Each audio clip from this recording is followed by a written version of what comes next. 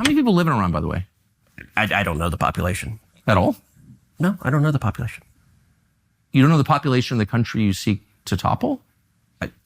Right-wing broadcaster Tucker Carlson of the M&Ms Are Not Sexy Enough fame completely humiliated Ted Cruz on his support for a war with Iran.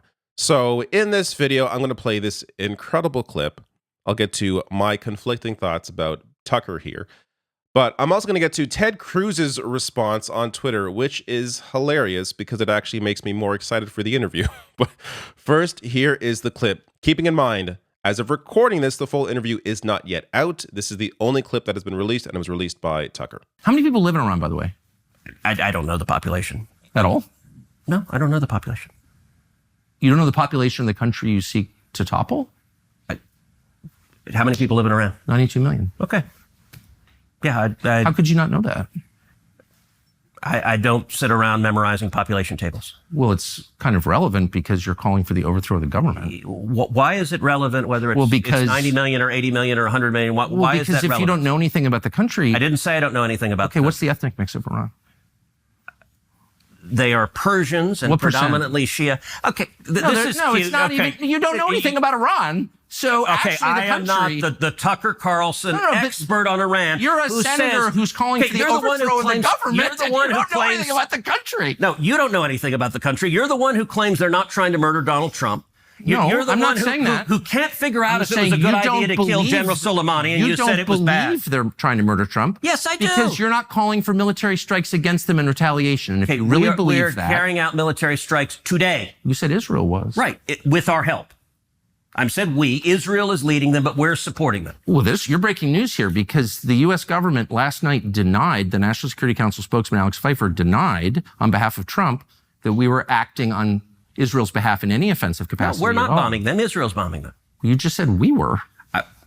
We are supporting Israel. High stakes. You're a senator. If you're saying the United States government is at war with Iran right now, people are listening. Okay. All right. This was remarkable. The contempt, the disrespect that Tucker Carlson shows Ted Cruz is what we should expect from the press when they're interviewing bullshitting politicians. That should be the story coming out of this, apart from Ted Cruz obviously being full of shit in his support for Iran and just a complete clown. The takeaway from a media perspective is how low the bar is. This should not really be a viral moment. I mean, it should still be a news story, the fact that Ted Cruz essentially is admitting here the U.S. is supporting these strikes while at the same time doesn't know anything about the country he's bombing. But the takeaway here is just how rare it is to see a politician questioned like this.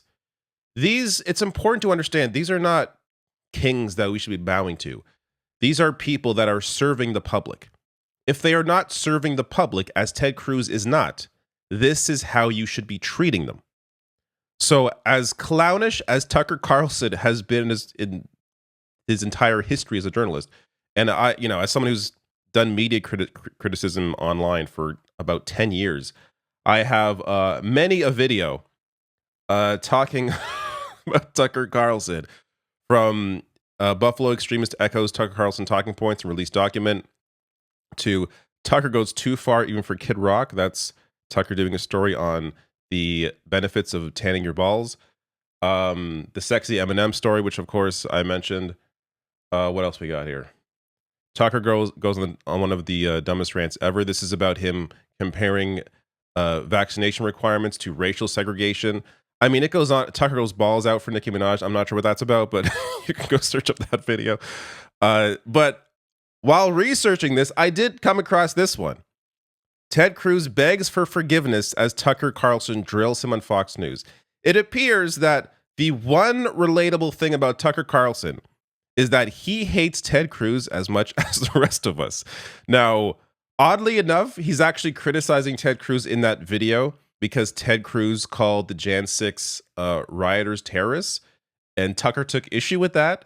So, in a wild world, that's a rare example of Ted Cruz, I guess, making a correct and accurate statement.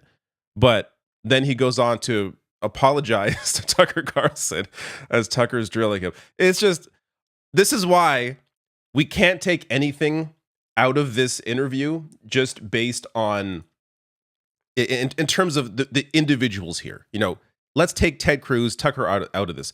What we are seeing here is an incredible display of what journalists should be doing when they are interviewing absolute clowns. This gets to this series of clips released by CNN here showing how long Netanyahu has been claiming Iran is close to a nuclear weapon. The deadline for attaining this goal is getting extremely close. And Iran, by the way, is also outpacing Iraq in the development of ballistic missile systems that they hope will reach the eastern seaboard of the United States within 15 years. By next spring, at most, by next summer, at current enrichment rates, they will have finished the medium enrichment and move on to the final stage.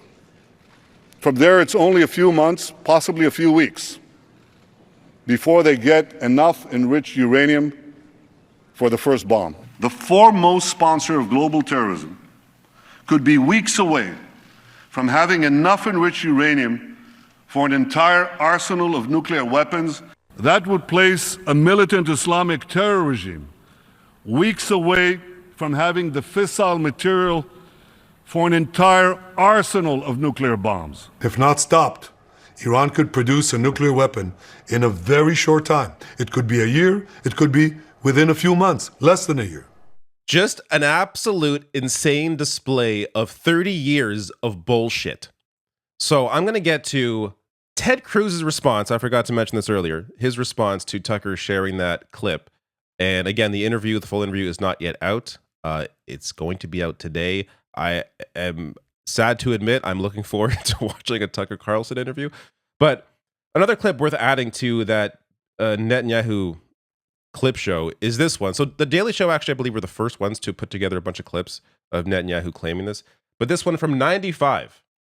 Iran will be capable of producing alone, without importing anything, nuclear bombs within 3 to 5 years. If not stopped.